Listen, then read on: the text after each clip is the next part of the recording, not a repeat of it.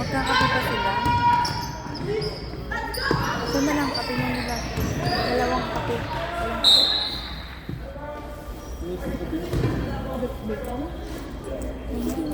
Ayun, ganun na lang.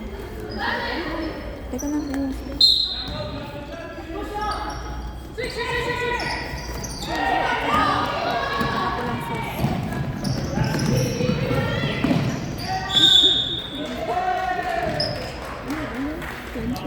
Ay, hindi na po. Ay, kami na sa pagkain. Bilhin ko na isang tab na French. Ay, quencher. Ay, quencher. Huwag na. Kape na lang ni Peggy tsaka ni Kuya. Tsaka yung kape na. Saka Kuya. Anong kape na ito? Dark roast. Dark roast.